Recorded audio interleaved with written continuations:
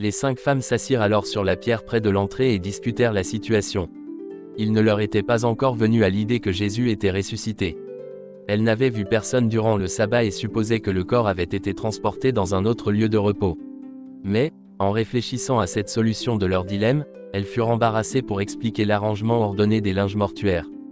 Comment le corps aurait-il pu être enlevé, puisque les bandelettes même dans lesquelles il était enveloppé avaient été laissées en place, apparemment intactes, sur le rayon mortuaire. Tandis que ces femmes étaient assises là, aux premières heures de l'aurore de ce nouveau jour, elles regardèrent de côté et virent un étranger silencieux et immobile.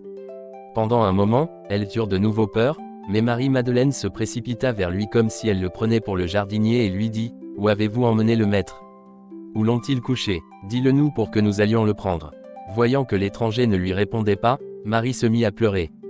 Alors, Jésus parla aux femmes et leur dit : « Qui cherchez-vous ? » Marie répondit : « Nous cherchons Jésus qui a été enseveli dans le tombeau de Joseph, mais il n'y est plus.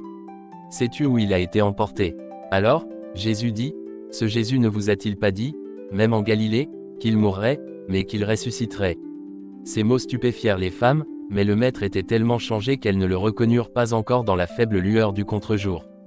Tandis qu'elles méditaient ces paroles, il s'adressa à Madeleine d'une voix familière en disant : « Marie. » En entendant ce mot de sympathie bien connu et de salutation affectueuse, elle sut que c'était la voix du maître et se précipita pour s'agenouiller à ses pieds en s'écriant : « Mon Seigneur et mon Maître. » Toutes les autres femmes reconnurent que c'était bien le maître qui se tenait devant elles dans une forme glorifiée, et elles s'agenouillèrent aussitôt devant lui.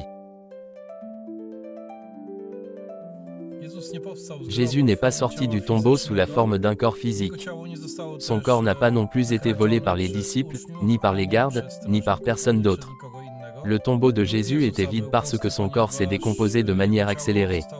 Jésus est ressuscité et s'est montré sous la forme d'un corps morontiel, c'est-à-dire une forme intermédiaire entre le corps matériel et le corps spirituel. C'est un tel corps que nous posséderons tous un jour, mais dans une version invisible, à condition de ne pas rejeter son commandement le plus important, c'est-à-dire le commandement de l'amour, aime ton prochain comme toi-même. Mais je ne vais pas tout vous raconter dans cette courte vidéo. Lisez vous-même à propos de ces choses et d'autres choses intéressantes dans le livre d'Urantia. Aimez-vous et respectez-vous les uns les autres. Et lisez le livre d'Urantia. À la prochaine. Salut. Kochajcie się i szanujcie się nawzajem. No i czytajcie Księgę Urantii. Do następnego razu. Cześć.